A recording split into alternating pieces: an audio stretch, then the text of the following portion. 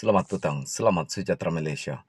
Berita penuh dipetik daripada Agenda Daily bertajuk Mahyudin dedah DAP desak bebas ahlinya terlibat dengan pengganas. DAP bukanlah parti yang mempunyai kredibiliti untuk bercakap mengenai anti keganasan kerana ketika pentadbiran Pakatan Harapan PH, ada ahli parti itu yang terlibat dengan kumpulan pengganas Harimau Pembebasan Tamil Elemen LTTE.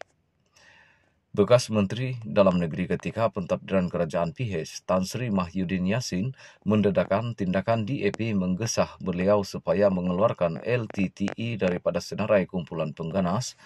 Ada beberapa orang anggota DAP termasuk wakil rakyatnya yang ditahan kerana terlibat dalam kegiatan LTTE yang disenaraikan sebagai kumpulan pengganas di bawah Akta Pencegahan Penggubahan Wang Haram, Pencegahan Pembiayaan Keganasan dan Hasil daripada Aktiviti Haram 2001. DAP menggesah saya sebagai Menteri Dalam Negeri supaya mengeluarkan LTTE daripada senarai kumpulan pengganas. Alasannya kerana LTTE tidak lagi wujud setelah pemimpinnya dibunuh di Sri Lanka. Dengan itu, anggota parti itu yang ditahan bolehlah dibebaskan. Saya bersimpati dengan nasib mana-mana kumpulan minoriti yang ditindas termasuk etnik Tamil di Sri Lanka. Sama jugalah saya bersimpati dengan kumpulan minoriti Islam yang ditindas di Timur Tengah Eropah dan negara-negara lain. Tetapi sebagai Menteri Dalam Negeri, tanggungjawab utama saya adalah untuk memelihara keselamatan negara.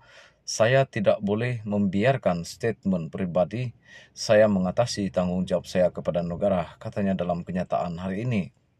Beliau berkata demikian sebagai mengulas kenyataan pemimpin DAP Perak Ang Ko Ming yang sekali lagi memainkan naratif dengan mengaitkan PAS dan negara Taliban, bertujuan mengurangkan pengundi bukan Islam kepada Perikatan Nasional. Media melaporkan Ko Ming sebagai berkata sekiranya Perikatan Nasional yang terdiri daripada Bersatu yang berasaskan Melayu dan PAS berkuasa, Malaysia akan menjadi seperti Afghanistan. Untuk rekod, seramai 12 individu ditahan polis pada 29 Oktober tahun lalu dan didakwa mengikut Akta Kesalahan Keselamatan Langkah-Langkah Khas 2012 SOSMA. Antara 12 individu ditahan adalah 2 ahli Dewan Undangan Negeri Adun, P. Gunasikran Sakaran dari DUN Seremban Jaya dan G. Saminatan Gadik daripada DAP. Bagaimanapun, pada 21 Februari 2020, Peguam Negara ketika itu Tan Sri Tommy Thomas membuat keputusan memberhentikan prosiding undang-undang terhadap 12 warga tempatan yang berdepan tuduhan menyokong kumpulan pengganas LTTE.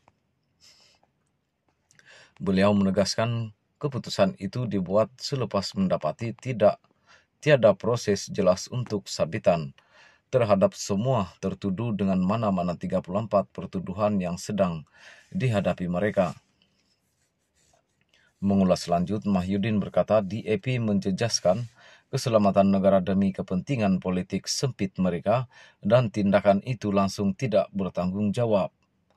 Mahyudin yang juga menjelaskan ketika 22 bulan pemerintahan PH Malaysia paling tidak aman dalam isu berkaitan perkauman dan agama kerana DAP tidak sensitif kepada perasaan masyarakat pelbagai kaum dan agama di Malaysia. Sebaliknya, semasa Perikatan Nasional memerintah semasa 17 bulan, negara kita aman, tidak ada isu perkauman atau agama yang ditimbulkan. Jadi jangan tanya saya lagi kenapa saya dan rakan-rakan yang lain dalam Bersatu keluar PH. Bagi saya, DAP atau PH tidak ada kredibiliti untuk bercakap mengenai keamanan dan anti keganasan.